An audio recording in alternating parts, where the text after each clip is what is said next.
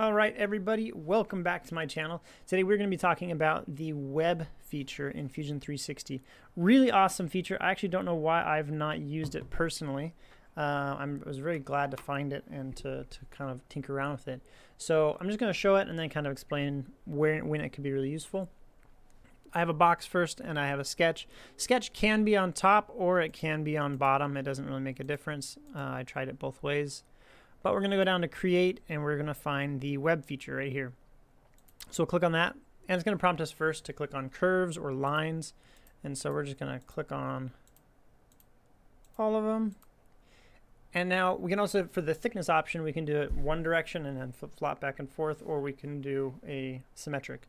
I'm just doing a symmetric right now. And then to next. And we'll just pull on this arrow, or we can type in the measurements in these areas. And it just thickens the lines and it creates these barriers. You can turn off extending curves, which you can see right there what that means. It's just finishing up where these are going to all the way to the next, I guess, face. You can also flip direction, which in this case doesn't really do anything because we're already at the top. But if, let's say, we did to depth, we can go a certain depth. We can still, and now you can flip it because you've had that depth you've given it.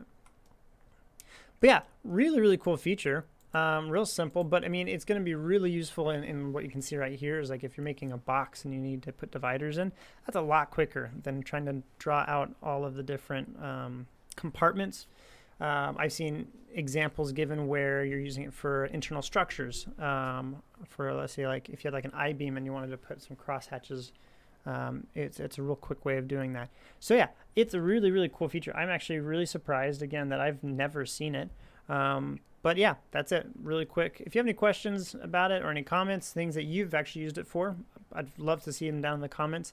And if you haven't subscribed already, please do. I'm continually trying to make these videos to help anybody. And so thanks again for watching, and I'll see you next time.